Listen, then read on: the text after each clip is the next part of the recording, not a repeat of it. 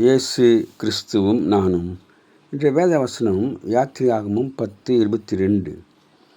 அப்போது எகிப்து தேசம் எங்கும் 3 நாள் மட்டும் காரிருள் உண்டாயிற்று. அன்பான சகோதர சகோதரிகளே, எகிப்து ராஜா பார்வோன் 8வது முறையும் தன் இதயத்தை கடினப்படுத்தியதினாலே 9வது வாதையாக காரிருள் எகிப்து தேசம் மட்டும் மூடும் என்று மோசே சொல்கின்றார். 3 நாள் மட்டும் அவர்கள் தங்கள் இருக்கின்ற இடத்தை விட்டு எழுந்திருக்கவில்லை என்று நாம் வாசிக்கின்றோம். மோசே தன் கையை வானத்திற்கு நேராக நீட்டினான். அப்போது எகிப்து தேசம் எங்கும் 3 நாள் மட்டும் காரிருள் உண்டாயிற்று. 3 நாள் மட்டும் ஒருவர் காணவும் இல்லை, ஒருவரும் தம்மிடத்தை விட்டு எழுந்திருக்கவும் இல்லை. இஸ்ரவேல் புத்திரர் யாவருக்குமோ வெனில் அவர்கள் வாசலிலே வெளிச்சம் இருந்தது.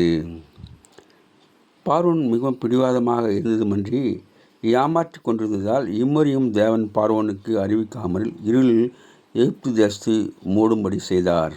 பார்வோன் ஆண்டவருக்கு செவிசாய்க்கவில்லை. Have a blessed day. God bless you.